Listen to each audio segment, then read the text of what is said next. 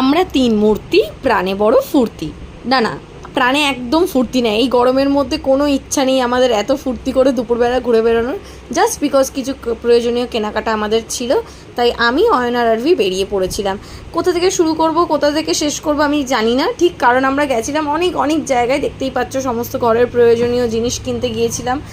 আর এই যে টেলিফোন শাওয়ারগুলো, আমরা তো কনফিউজডই ছিলাম যে কোন শাওয়ারটা নেব কি নেব না। পছন্দ তো অনেক কিছুই হয়ে গেছিলো, আর আমি তো এত বাথরুম সেট দেখে আমি তো পাগলই হয়ে যাচ্ছিলাম। মনে হচ্ছিল আমার ঘরেরই বাথরুমের সব কিছু চেঞ্জ করে ফেলি। অ্যাকচুয়ালি অয়নের ফ্ল্যাটটা এখন আন্ডার ফিনিশিং স্টেজে আছে, তো ওরই ফ্ল্যাটের সমস্ত জিনিস কিনতেই আমরা সবাই শপিং করতে বেরিয়েছিলাম।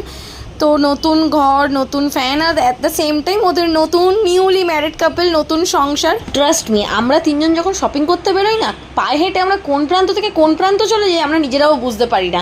আর সেটা যদি তোমাদেরও জানতে হয়, তার জন্য আমার চ্যানেলটাকে তাড়াতাড়ি সাবস্ক্রাইব করতে হবে। তো নাকি তাড়াতাড়ি সাবস্ক্রাইব করে নাও।